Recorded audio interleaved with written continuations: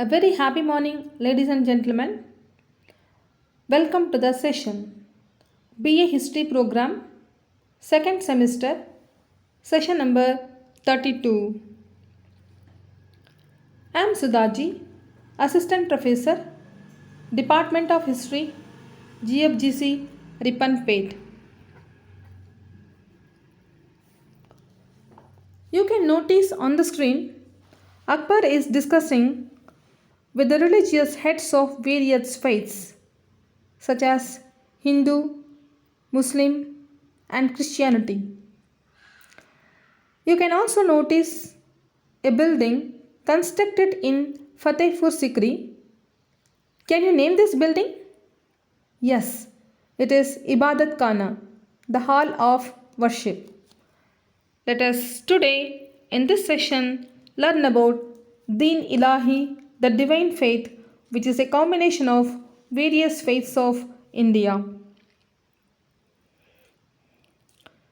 Students have learnt about the liberal religious policy of Akbar in the previous class. Learning objectives of today's session: to enable the students to learn the principles of Deen Ilahi, to make them to understand the reasons for the failure of Deen Ilahi. Learning outcome: at the end of the session, students will be able to appreciate Akbar's efforts to synthesize all faiths. They realize that common religion is one of the prime factors in making a nation. They will also try to learn and sing all faith prayer. To begin with, new religion established by Akbar was called Deen Ilahi, that is divine faith, originated in 1582 AD. It was completely separate from Islam. The meaning of Deen Ilahi is religion of God, in other words also called divine faith. It is known for monotheism. Mono means single, worshipping of single God. You can raise a question: what made Akbar to found such a new religion?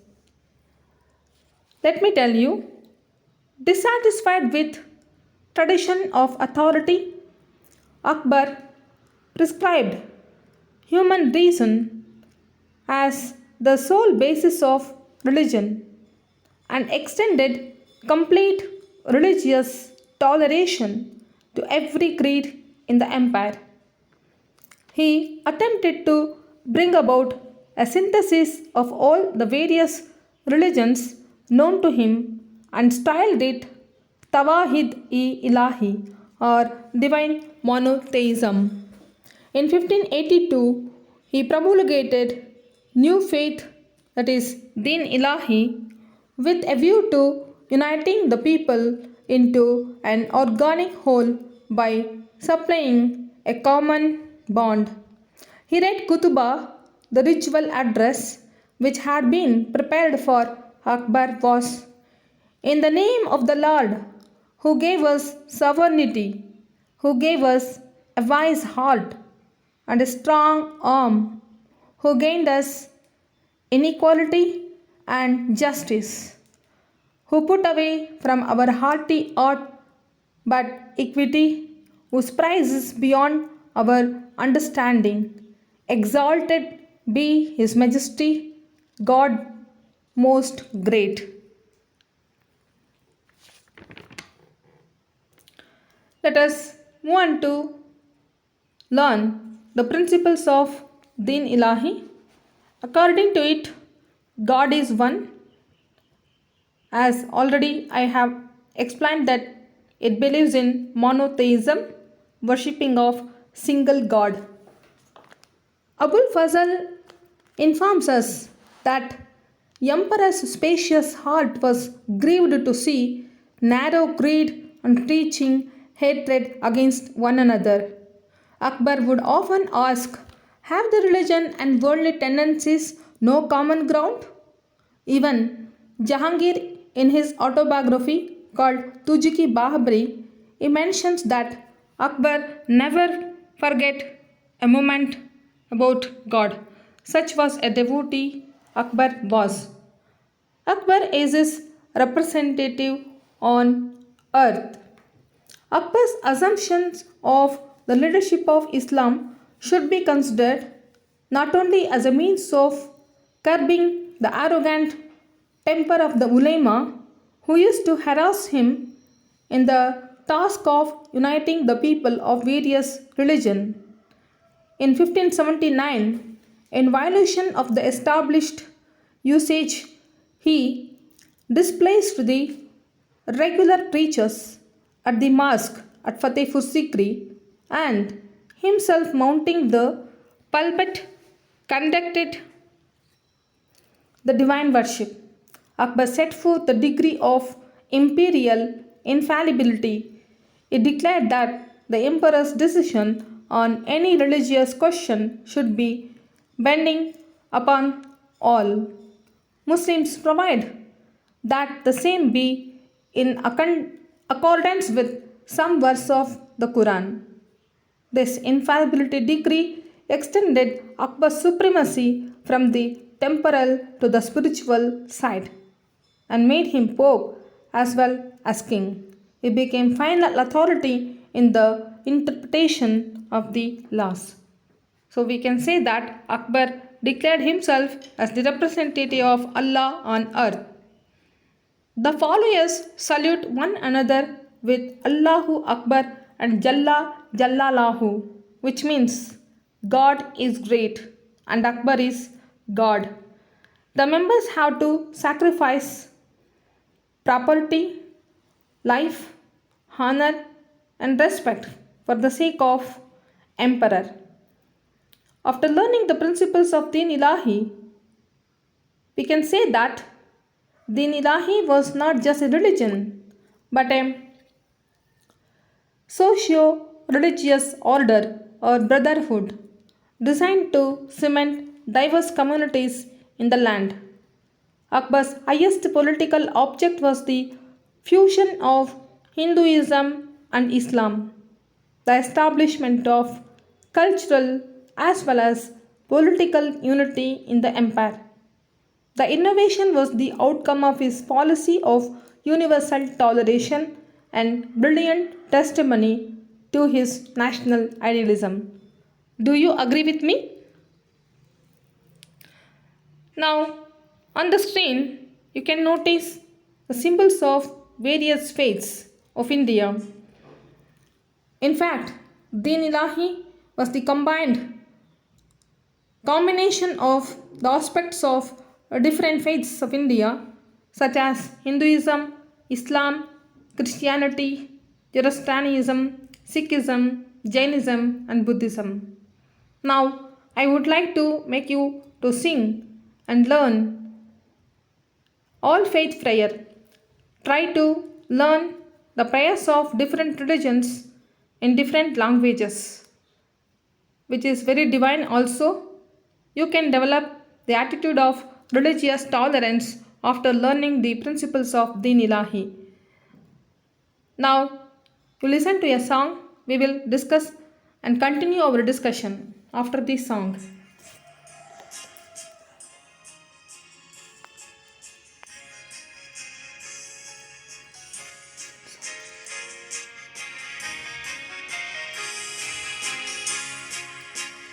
तू ही राम है, तू रहीम है, तू करीम कृष्ण खुदा हुआ, तू ही Wahe Guru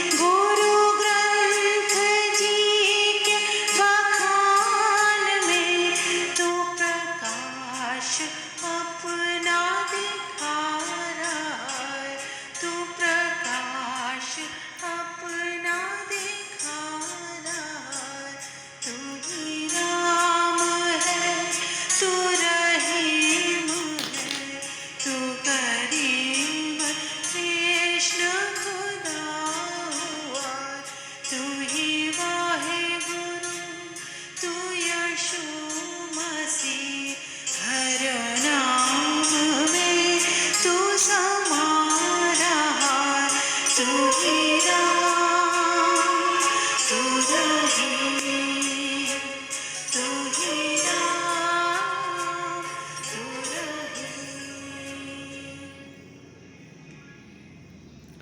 I hope you would have enjoyed the soothing divine prayer song. You too try to learn and sing such songs. Let us now know members of Deen Ilahi what they have to offer. They have to offer salutation, which is called sijda, and give property to the sake of emperor in the name of sacrifice at the time of need. They should also expect to give party on birthday, abstain from meat, respect to all religions, content with one wife, worshipped sun daily. They should lead a pure and honest life. Now, Sal Ikul. It means universal peace. It formed the essence of Deen Ilahi. Akbar was a universal agent of God, so his sovereignty was not bound to any single faith. Deen Ilahi was a rational decision towards maintaining harmony among various faiths. Followers of Deen Ilahi. Birbal was the only Hindu who accepted Deen Ilahi. Other than him, Abul Fazl, Sheikh Mubarak, Sheikh Faizi, Dara Shikoh were the important followers of Deen Ilahi. Pious Muslims accepted it not as a new religion but as a religious brotherhood for uniting the 72 sects of Islam and other Indian religions.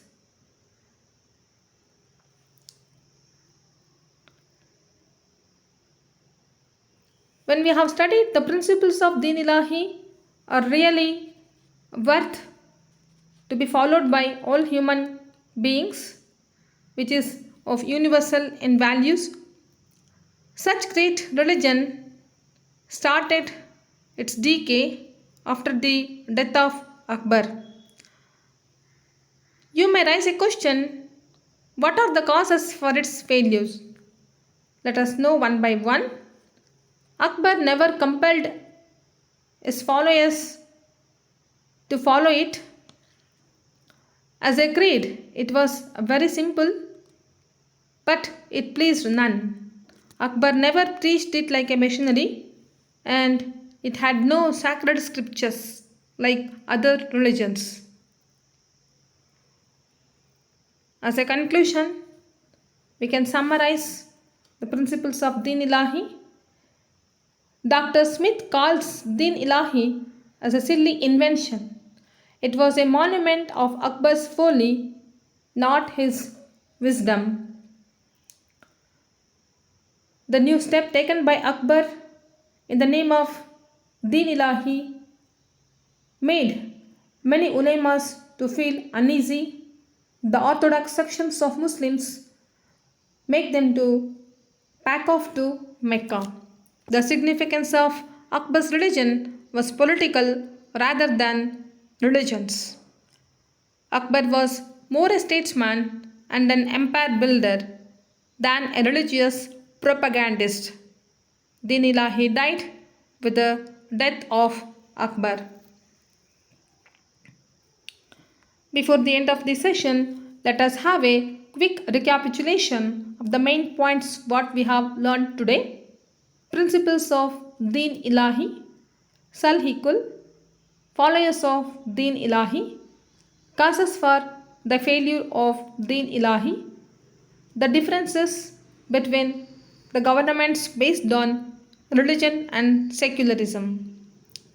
At home, you can write and practice the definition of Deen Ilahi, its principles and causes for the failure of Din Ilahi. To prepare my talk, the books I referred are History of Medieval India by S.P. Sharma and selfstudyhistory.com. Hope you would have enjoyed the session with a divine prayer of all faith. Thank you, one and all.